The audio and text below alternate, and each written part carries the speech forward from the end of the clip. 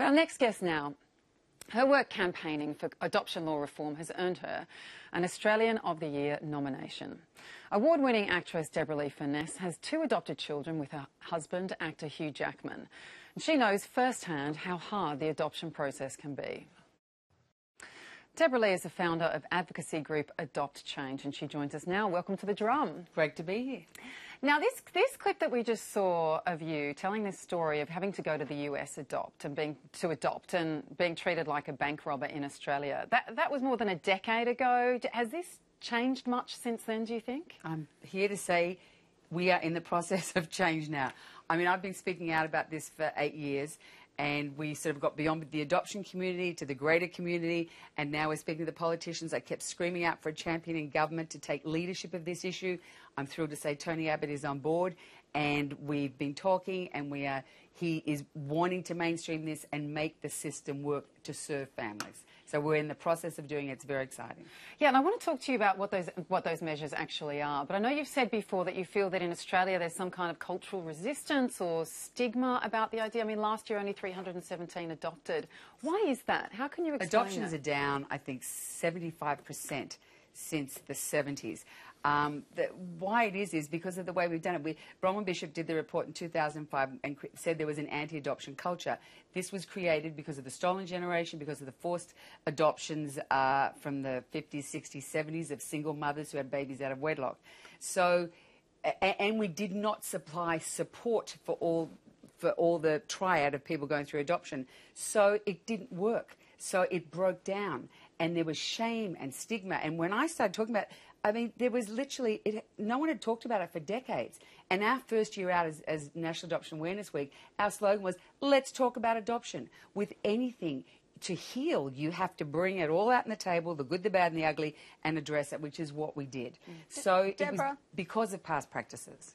Deborra-Lee, I'm just wondering, Patricia in the Melbourne studio, whether I can ask you, how much do you attribute people's resistance to adopting being cultural or their own reasons for holding back, and how much is it actually that there are laws that are stopping them?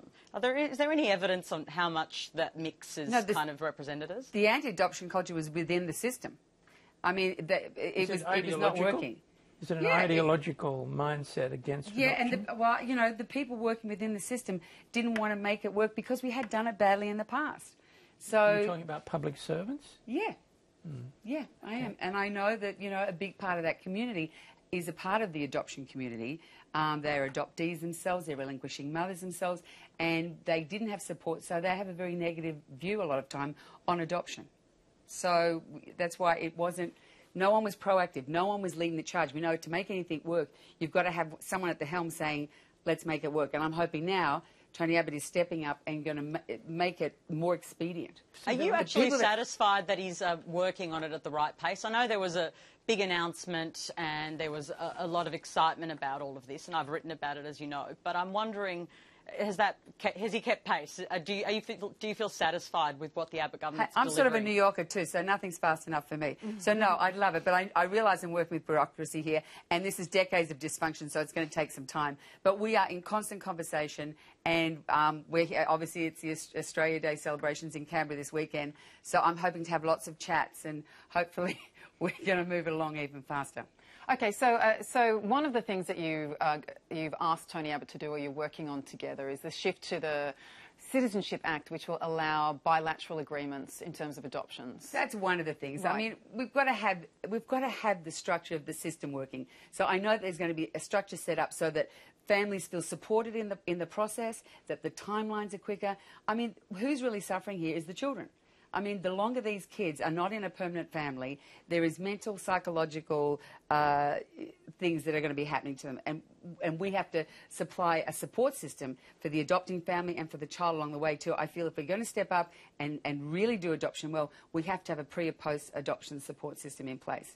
It goes hand in hand. Can I just jump in and take us on a slightly different tack then in relation to the idea of the support for the children? Because clearly I think and for the adopting families to handle the children. But I think also then the idea of looking at the rights of the child and that kind of work. I wonder how you see the sort of advocacy work you're doing, which is driven from a passion around kind of looking out for children, and especially in developing countries, and those conversations around the kind of challenge you have then with the Abbott government's sort of cut to foreign aid and other areas. I wonder, in terms of the area of your work, how you see that aligning between the immediate sort of change that can occur, but also then how that relates to other areas like foreign aid, which is then obviously having impacts on children in developing countries. Well, we work closely also. I mean, I realise we've got to look at the root here, why there are so many abandoned children. We work closely with the Global Poverty Project, which is created by Hugh Evans, a great Australian guy, women's empowerment, giving women, you know, support, and so they can keep their children in these countries.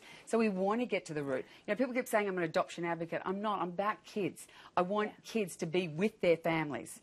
But when adoption is the best option, we're not doing it well enough, and we are one of the lowest in the world. What about all the kids that are being left trapped in dysfunctional families because of this ideological blockage? Absolutely. Didn't they think about all these kids? Why are they letting them... I mean, what about all the little Aboriginal kids? There's no way in hell they're going to be allowed to be adopted out to European families. No way. So why are we letting all these little kids stew in adverse circumstances over ideological reasons? I think that goes back to the idea of just to say, I think to the root cause around why is it that there's sort of cuts to welfare services, and we need to see the integration between those things. Absolutely. As we're seeing cuts to welfare, that's then causing more stress on those families. It's a big complex. 11,000 babies were removed from dysfunctional families last year. Just to give you an idea. And just very quickly, because we're almost out of time, do you think it's also important that governments address single parents and adoption as well as same-sex and adoption? Absolutely. Okay. All right. In this country as well, have you had those conversations with the Prime Minister? We'll be talking a lot this weekend.